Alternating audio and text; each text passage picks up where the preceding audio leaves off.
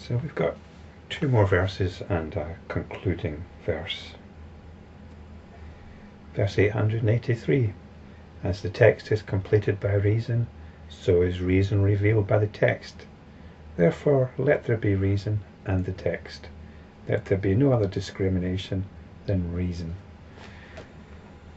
So it's quite nice seeing this word reason, isn't it? But I think it means something slightly different than what we might usually understand by the word.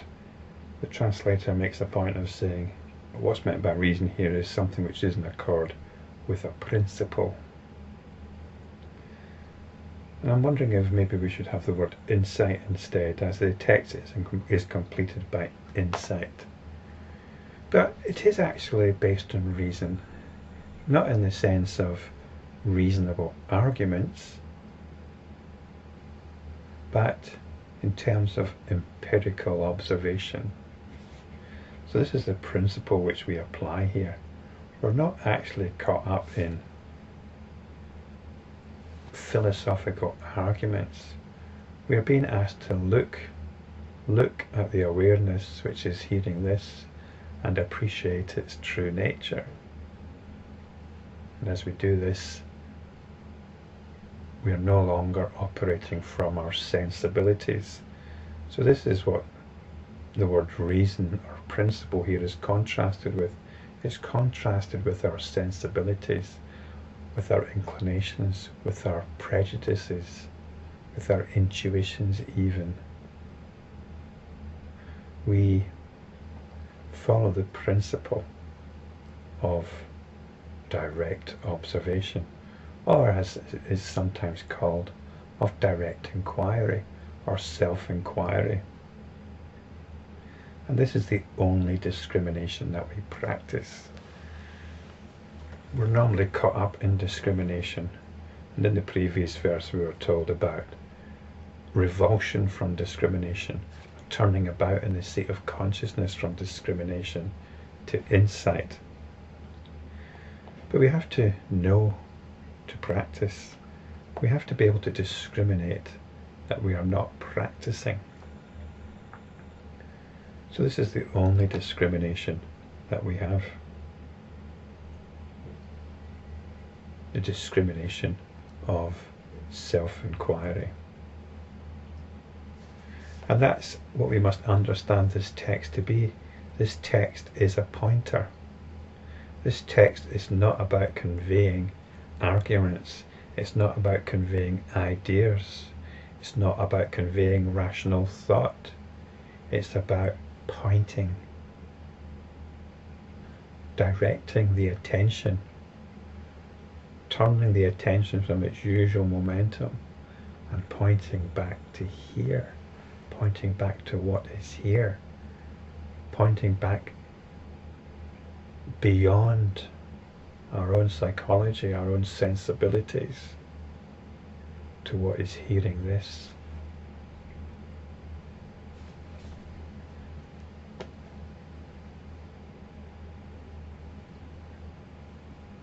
The last verse is a little bit of an anticlimax, because it ends with telling us the opposite, describing our discrimination once again. Verse 884, such are the I, karma, desire, ignorance, and the yogins. Such is the manas in relation to the I consciousness and form. Such is the manas in relation to the defiled. So the I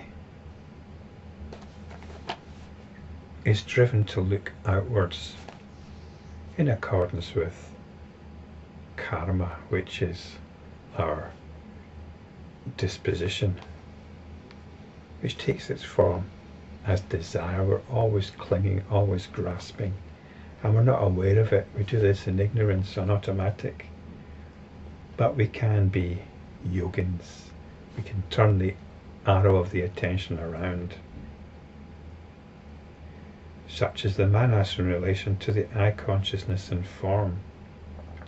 Such is the manas in relation to the defiled. The manas is the mind that can choose to either go with the attention or to turn it round.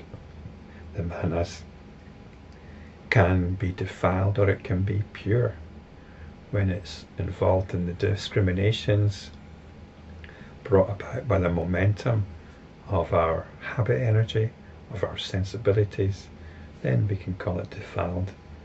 But when we are yogins, when we're practicing, and we turn the arrow of the attention round to the nature of the attention itself, this is the option we have. Here ends the Mahayana Sutra called the Arya-Saddharma-Lankavatara, together with the verses. The Arya-Saddharma-Lankavatara. This comes at the very end of the noble, perfect teaching of the Lankavatara. And we've got this final unnumbered verse here, which is to do with causation, which isn't really what the Lankavatara Sutra is about. I think somebody's just plonked this verse to do with causation. The Lankavatara is not about causation. But let's read it. All things are born of causation, and their cause has been told by the Tathagata. And the Great Muni tells that their cessation takes place thus. The only cause we need to be concerned with is the clinging nature of the attention. The attention always wants to cling on to something. It's always looking for something to cling on to. And what it clings on to has an emotional content. And that emotional content, it can be nice content or unpleasant content, painful content, that fuels the momentum of the attention once again. So this is the causation. If we're going to talk in terms of causation, this is the one that we have to be concerned with. The causation of our own suffering by the clinging nature of the attention. But let's come back to the turning around in the seat of consciousness, the paravritti, and take our cue from the miraculous nature of this, the ordinary awareness that is hearing this. Realize it's the door to unconditional joy, and as verse 882 said, is removed from death and destruction. So that's the end of Sagatakam, and it's probably the last video I'm going to do, at least for the time being, because I have to get on with other things. My life circumstances are dictating otherwise. I'm dictating that I need to get on with other things. Although I still feel this urge to do this. Whenever I pick up one of these texts, I feel I have to automatically transmit it. And it would be good to bring the spirit of these teachings into a form which is more accessible. I don't know how possible this is. I think people will take one look at my website or this channel and it's quite intimidating. It's not for the faint-hearted, is it? Unless you've already got a feel for this sort of stuff.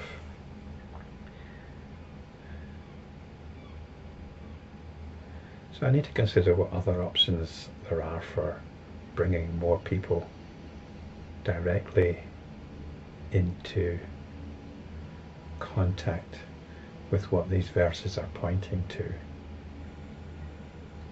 There have been a few intrepid souls, I think, who have entered into following these videos, and I would just like to express my appreciation if you're one of them.